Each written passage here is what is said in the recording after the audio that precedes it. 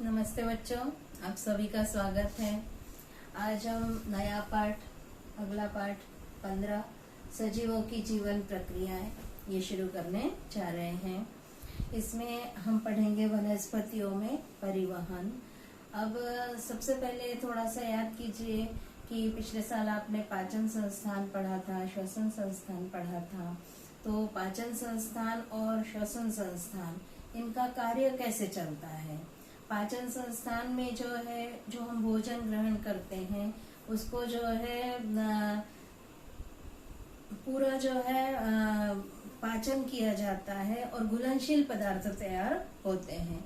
घुलनशील पदार्थों को जो है, जो घुलनशील पोषक तत्व है, इनको काय में बोला जाता है, रक्त में घोला जाता है और कोशिकाओं तक पहुंचाया जाता है। उसी तरह से जो हम श्वसन करते हैं, श्वास लेते हैं, तो वो फेफड़ों में जो है हवा भरती है। फेफड़ों में जो ऑक्सीजन जाती है उसको रक्त में विसरित किया जाता है और फिर रक्त द्वारा वो भी विभिन्न कोशिकाओं तक पहुंचाई जाती है। फिर अन्न का ऑक्सीजन के साथ क्रिया होती है और ऊर्जा का निर्माण होता है। इस तरह से ऑक्सीजन गैस शरीर की प्रत्येक कोशिका तक श्वसन संस्थान द्वारा पहुंचाई जाती है। आपने पढ़ा है जैसे कि कुएं और बांधों के पानी को जो है नहरों द्वारा किसान खेत तक कैसे पहुंचाता है। मनुष्य के पाचन संस्थान द्वारा हमें ग्रहण, जो हमने भोजन ग्रहण किया है, उससे उसका ऊर्जा में रूपांतरण किया जाता है।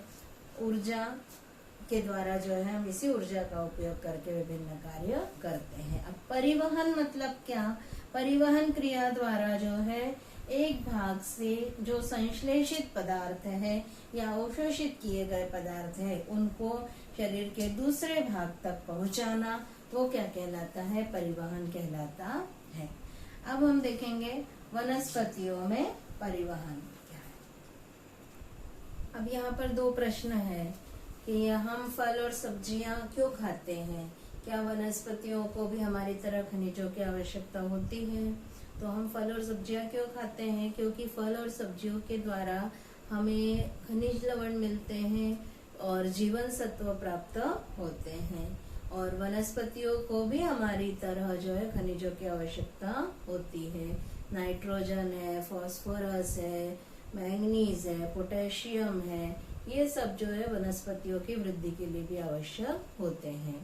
अब वनस्पतियों को कार्बन डाइऑक्साइड और ऑक्सीजन के अतिरिक्त अन्य अकार्बनिक पदार्थ कहाँ से मिलते हैं।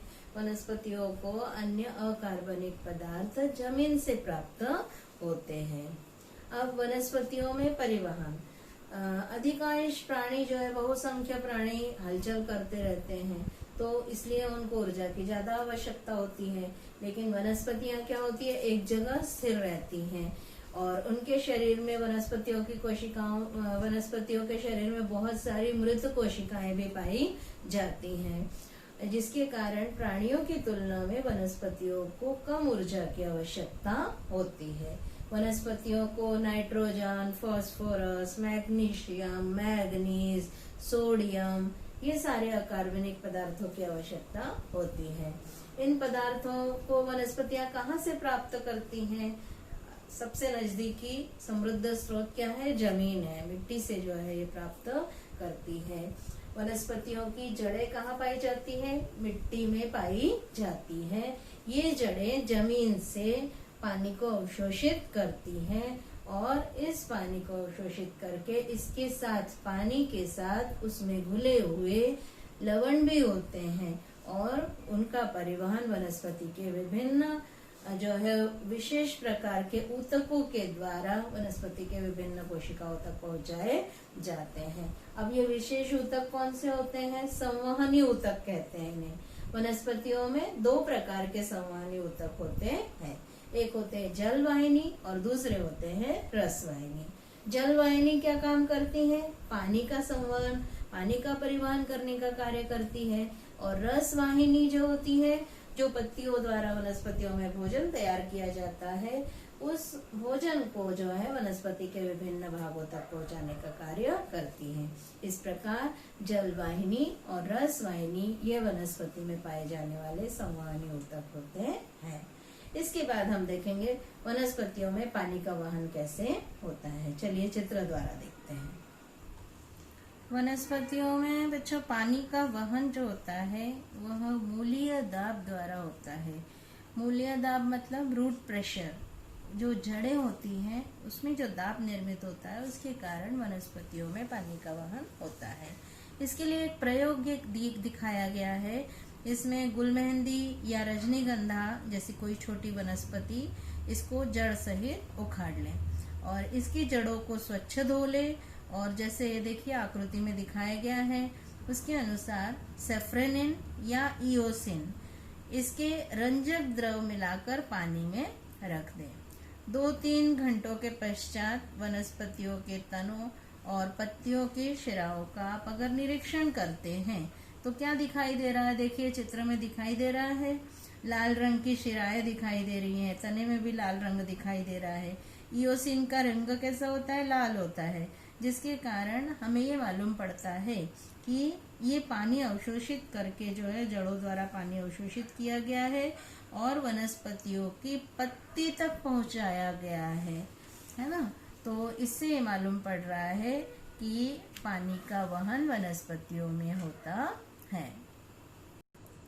अब यहाँ पर देखिए बच्चों, जड़ों द्वारा पानी का अवशोषण किस तरह से होता है इसको हम अगर सूक्ष्मदर्शी में देखेंगे, संयुक्त सूक्ष्मदर्शी की सहायता से देखेंगे तो वनस्पति के तने का जो है पतला अनुप्रस्थ काट ले लिया है और इसकी रंगीन हुई जो जलवाहिनियां है इसको अगर संयुक्त सूक्ष्मदर्शी की सहायता से देखते हैं तो हमें ये आकृति दिखाई देती है। अब जड़ों की कोशिकाएं जो होती है ये जमीन के पानी और खनिज के संपर्क में रहती है। ये जड़ों की कोशिकाएं हैं, ये पानी और खनिज के संपर्क में रहती है। सांद्रता में होने वाले अंतर के कारण पानी और खनिज जड़ों की पृष्ठभाग की कोशिकाओं में प्रवेश करता है। इसके कारण ये कोशिकाएं इससे सटी हुई जो कोशिकाएं हैं इस पर दाब निर्माण करती हैं। मतलब जड़ द्वारा जो है क्या है, दाब निर्माण हो रहा है, इसे ही मूलीय दाब कहते हैं। इससे क्या होता है, जो जड़ों की पृष्ठभाग की कोशिकाओं में पानी प्रवेश करता है इसके कारण इससे सटी हुई कोशिकाओं में दाब निर्माण होता है, इससे ही मूलीय दाब कहते हैं। इस दाब के कारण पानी तथा खनिज जड़ों की जल वाहिनियों तक, ये जल वाहिनियां हैं जड़ों की, ये जल वाहिनियों तक पहुंचती हैं तथा सांद्रता का अंतर मिटाने के लिए वे आगे ढकेली जाती हैं। जलवाहिनी क्या काम करती है, पानी को पहुंचाने का कार्य करती है। इस हलचल द्वारा पानी का एक स्तंभ तैयार हो जाता है, ये पूरा स्तंभ तैयार हो जाता है। यह दाब झाड़ियों, छोटी वनस्पतियों तथा छोटे वृक्षों में पानी ऊपर चढ़ाने के लिए पर्याप्त होता है। मतलब जरूरी नहीं है कि छोटी वनस्पतियों में ही पानी ऊपर पहुँचे, झाड़ियों में भी होता है, छोटी वनस्पतियों में और बड़े बड़े वृक्षों में भी जो है ऊपर तक पानी पहुँचता है। यहाँ पर यह चित्र द्वारा दिखाया गया है। इस प्रकार बच्चों आज हमने क्या पढ़ा, पानी का वनस्पतियों में पानी का वहन, वनस्पतियों में परिवहन कैसे होता है ये पढ़ा। आज इतना ही, धन्यवाद।